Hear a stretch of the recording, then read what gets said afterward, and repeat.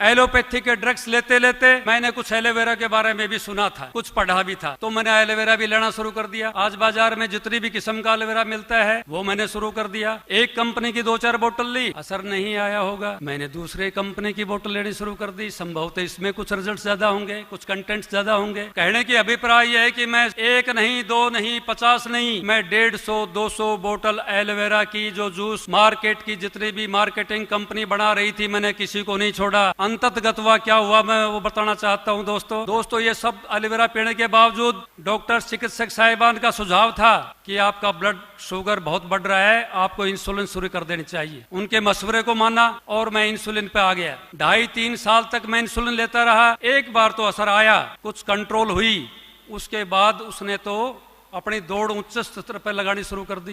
हरा हुआ थका हुआ आदमी क्या नहीं करता। जिस किसी ने भी कहा तुलसी के पत्ते ले लो, जामुन की गुठली ले लो, बील पत्र ले लो, वो सारी विधाएं मैंने की, मेथी भी खाई। लेकिन दोस्तों 2-4 दिन 5 दिन कुछ आराम आता, फिर वही लड़खड़ाता। आपको मैं निश्चित रूप से ईमानदारी से कहना चाहता हूँ कि आज जो मेरा स्ट्रक्चर है, ये स्ट्रक्चर आज से 1.5 साल पहले यदि आप देखते तो संभवतः आपको हंसी आती। मेरी आंखें धस चुकी थी, हड्डियों का एक अस्थि पिंजर बन चुका था और मैं एक सीढ़ी भर नहीं चढ़ पाता था। इतना थकान भरा जीवन, इतनी हताशा का जीवन। और जो लोग डायबिटिक हैं, जो डायबिटीज से पीड़ित हैं, वो संभवतः इस बात को बखूबी जानते होंगे। डायबिटिक आदमी डेली तिल होकर उठता है, तिल होकर मरता है, कोई जरिया नहीं है। और WHO वर्ल्ड हेल्थ ऑर्गेनाइजेशन के ये आंकड़े हैं कि हिंदुस्तान एक डायबिटिक का हब बन चुका है। हर 5वां आदमी डायबिटिक है और यदि नहीं है तो होने वाला है, क्योंकि ये खान पान का जो तरीका है, प्रदूषण का जो मामला है और हरित क्रांति के साथ जो भ्रांतियां आई, पेस्टिसाइड और यूरिया।